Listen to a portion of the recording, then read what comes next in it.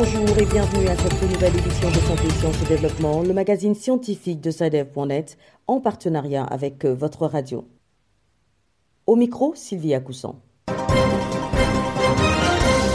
Au menu cette semaine, en RDC, une épidémie de fièvre typhoïde touche la cité de Panzi dans la province de Kwango et plus de 1500 cas ont déjà été enregistrés et toutes les tranches d'âge sont touchées par la maladie. Un piège à moustiques pour lutter contre le paludisme au Mali, c'est la trouvaille de certains chercheurs pour contribuer à la lutte contre ce fléau sanitaire.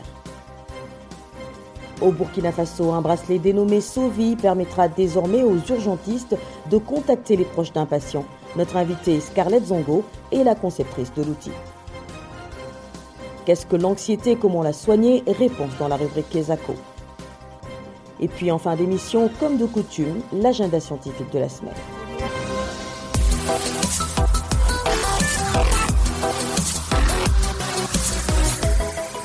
Bienvenue à tous. En RDC, la fièvre typhoïde sévit dans la cité de Panzi, dans la province de Kwango. Plus de 1500 cas ont déjà été notifiés et selon les autorités sanitaires de cette zone, ce sont toutes les tranches d'âge qui sont touchées. Face à la modicité des moyens de lutte contre cette maladie, les autorités appellent les populations à adopter des comportements préventifs. La correspondance de Bertrand Mayumbo à Kinshasa. C'est depuis le début de l'année que la fièvre typhoïde sévit dans la cité des Panzi, dans la province de Kwango. Le médecin épidémiologiste de la zone de santé des Popokabaka, le docteur François Mwakisenda, rapporte que plus de 1500 cas sont déjà enregistrés. Il renseigne que certaines complications sont survenues, notamment les perforations intestinales. Il parle jusque-là de 2 décès et précise que toutes tranches d'âge sont concernées dans presque toute l'étendue de la zone de santé.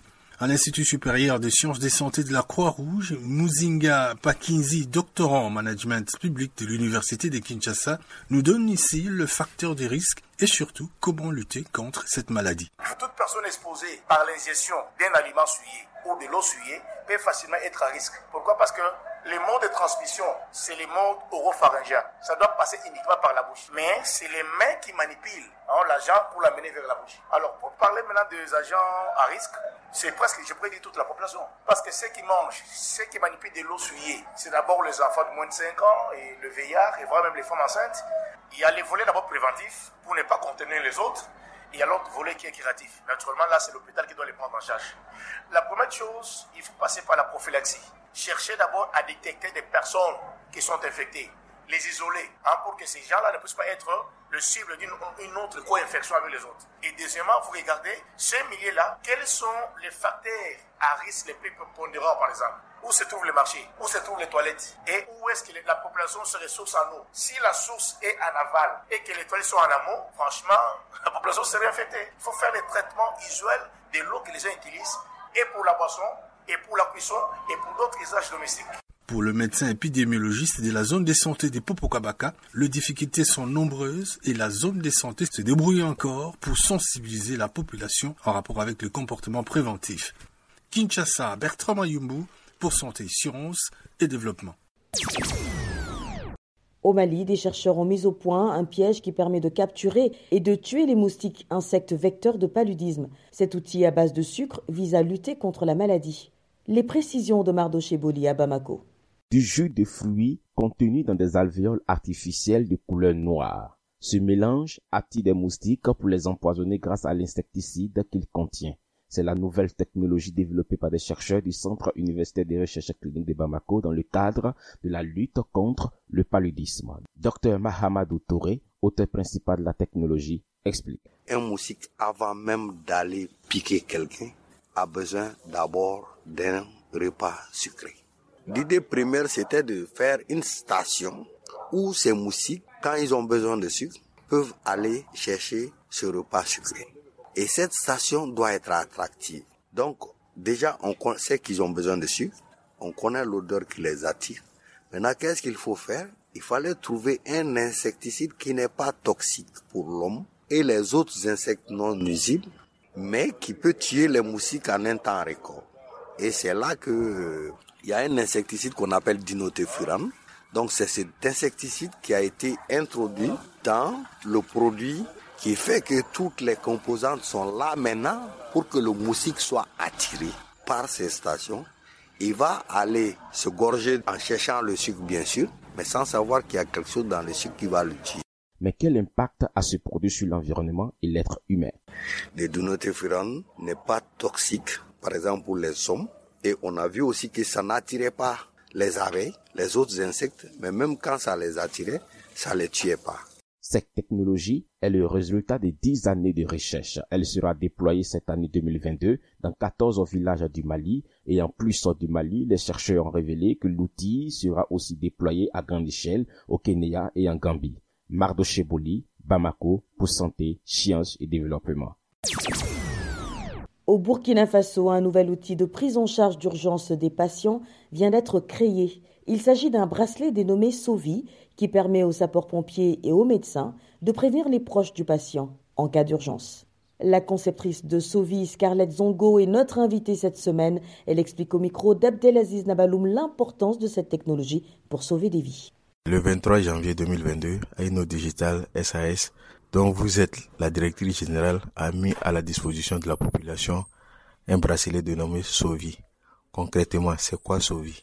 Sovi est une solution digitale qui facilite la prise en charge en cas d'urgence en permettant aux premiers répondants que sont les sapeurs-pompiers, les policiers, les médecins urgentistes de rapidement prévenir les personnes proches de la victime afin qu'elles puissent assister dans les centres de santé. Comment est née l'idée de créer le bracelet Sovi? C'est né d'une histoire personnelle. En 2018, j'ai perdu un proche parce que il s'est retrouvé à l'hôpital et malheureusement, il n'avait pas de pièce d'identité sur lui, pas de téléphone utilisable parce que c'était codé. Et donc, on n'a pas pu rejoindre les proches en fait. Et sachant que dans notre pays, en fait, il faut que les accompagnants soient là afin qu'ils puissent payer les frais de prise en charge initiale avant que la personne ne soit soignée. Donc, il est tout simplement décédé par manque de soins. Et donc, ça m'a révoltée. Et je me suis dit, il doit pouvoir y avoir une solution pour faire en sorte qu'on puisse rapidement prévenir les proches en cas d'urgence. Concrètement, comment fonctionne Sovi? Sovi, c'est un bracelet avec un QR code et une application IMEI dépendante, donc qui est spécifique aux premiers répondants que sont les pompiers, le personnel urgentiste. Et donc, cette application peut lire les QR codes et les informations qui sont à l'intérieur et pouvoir faciliter la prise en charge ou prévenir les proches en cas d'urgence. Donc, ça se présente sous forme d'interface. On a une interface pour les pompiers, les sapeurs-pompiers et également une autre interface pour les médecins urgentistes. Comment votre application a été appréciée par les premiers concernés, c'est-à-dire les médecins, les urgentistes et même la population? Je dirais que c'est d'abord les sapeurs-pompiers parce qu'ils sont au cœur en fait de la prise en charge en cas d'urgence et ils ont très bien apprécié la solution et on travaille avec eux depuis 2018 pour justement développer une solution qui réponde à leurs besoins. Ils nous ont raconté en fait comment ils étaient tristes, eux-mêmes désolés d'arriver des fois dans un centre de santé puis trouver la personne qu'ils ont amenée 2 heures plus tôt qui est toujours couchée en attente de soins parce qu'on n'arrive pas à joindre ses proches.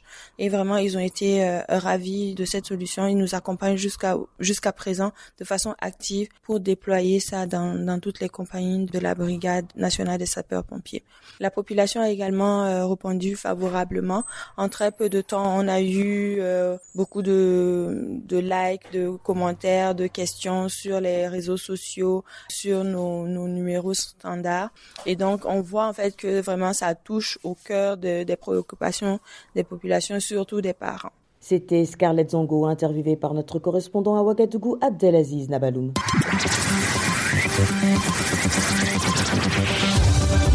Kesako, qu'est-ce que c'est? Vos questions à la rédaction, les réponses de nos experts. La question de cette semaine nous est posée par un auditeur du Cameroun. Écoutons-la. Bonjour, je m'appelle Tobay Edgar. Je suis étudiant à l'université de Yaoundé 1. Mes questions sont les suivantes. Qu'est-ce que l'anxiété? Comment la soigner? Merci. Direction Yaoundé où nous attend Béatrice Kazé. Bonjour Béatrice. Bonjour Sylvie, bonjour à tous. Vous êtes notre correspondante au Cameroun et pour répondre à la préoccupation de notre auditeur, vous vous êtes rapprochée d'un spécialiste. Tout à fait. Pour répondre aux questions de notre auditeur, j'ai rencontré Didier Demasoso. Il est psychologue clinicien en service dans la ville de Yaoundé. L'anxiété se caractérise par une peur excessive pour des situations réelles ou bien perçues comme imminemment menaçantes. Et elle est un état mental qui est fortement lié à l'apprentissage du sujet. Quels sont les éléments déclencheurs de l'anxiété? Ce qui crée ou bien qui déclenche l'anxiété, c'est justement des situations où le sujet se sent menacé. Mais dans cette situation menaçante qui peut être réelle, il y a aussi la perception d'une menace probable, d'où les notions d'inquiétude, c'est-à-dire une personne peut penser juste que une situation sera dangereuse ou bien catastrophique. Et sur la base de cette perception, elle commence à développer des symptômes anxieux qui peuvent affecter plusieurs sphères, les sphères cognitives. Il y a les pensées en boucle, la personne ne fait qu'avoir des pensées inquiétantes ou bien catastrophiques qui tournent en boucle de manière continue. Au niveau des émotions, il y a cette peur excessive. Au niveau des comportements, il y a ce qu'on appelle une forme d'agitation. De ce fait, une personne qui est dans un état anxieux peut par moments être agressif, voire même violent, peut avoir des manifestations physiques visibles telles qu'une hypersudation, la personne peut transpirer beaucoup, elle peut avoir un rythme cardiaque ou bien elle peut avoir des palpitations, elle peut aussi être dans un état de mal-être, elle n'arrive pas à être calme. Dites-nous comment la soigner. Pour soigner l'anxiété, comme pour toute maladie mentale de manière générale, il est vital d'avoir du temps pour pouvoir s'observer. Ce qu'on appelle en anglais awareness, c'est-à-dire il faut être sensible à comment nous ressentons les choses, il faut être sensible à la manière dont nous nous comportons. Il est important d'être sensible à la manière dont nous réfléchissons. Donc, en étant sensible à ces trois niveaux, c'est-à-dire nos pensées, nos émotions, nos sentiments et nos actions, nous pouvons maintenant trouver des moyens adaptés à nous qui peuvent nous permettre de réduire les signes et symptômes.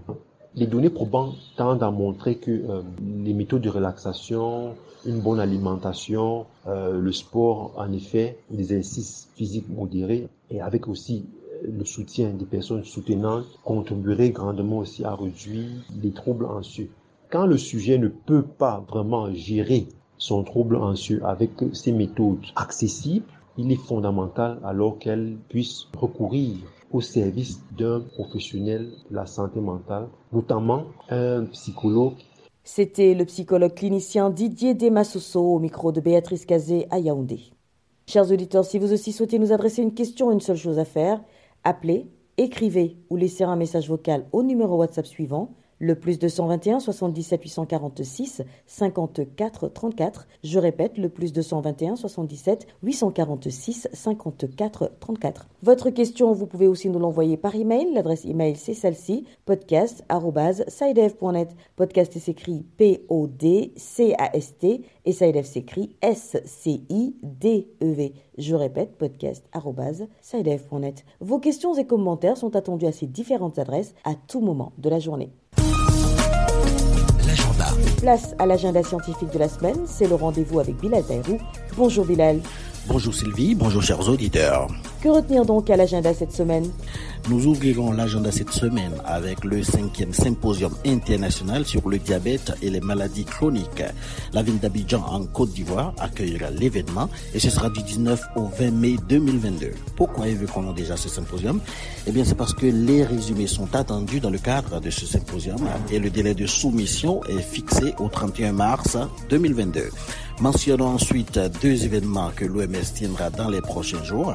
Il s'agit de la 66e session de la Commission sur le statut des femmes, en anglais, The Commission on Status of the Women, qui est, rappelons-le, le principal organe intergouvernemental mondial exclusivement dédié à la promotion de l'égalité des genres et à l'autonomisation des femmes.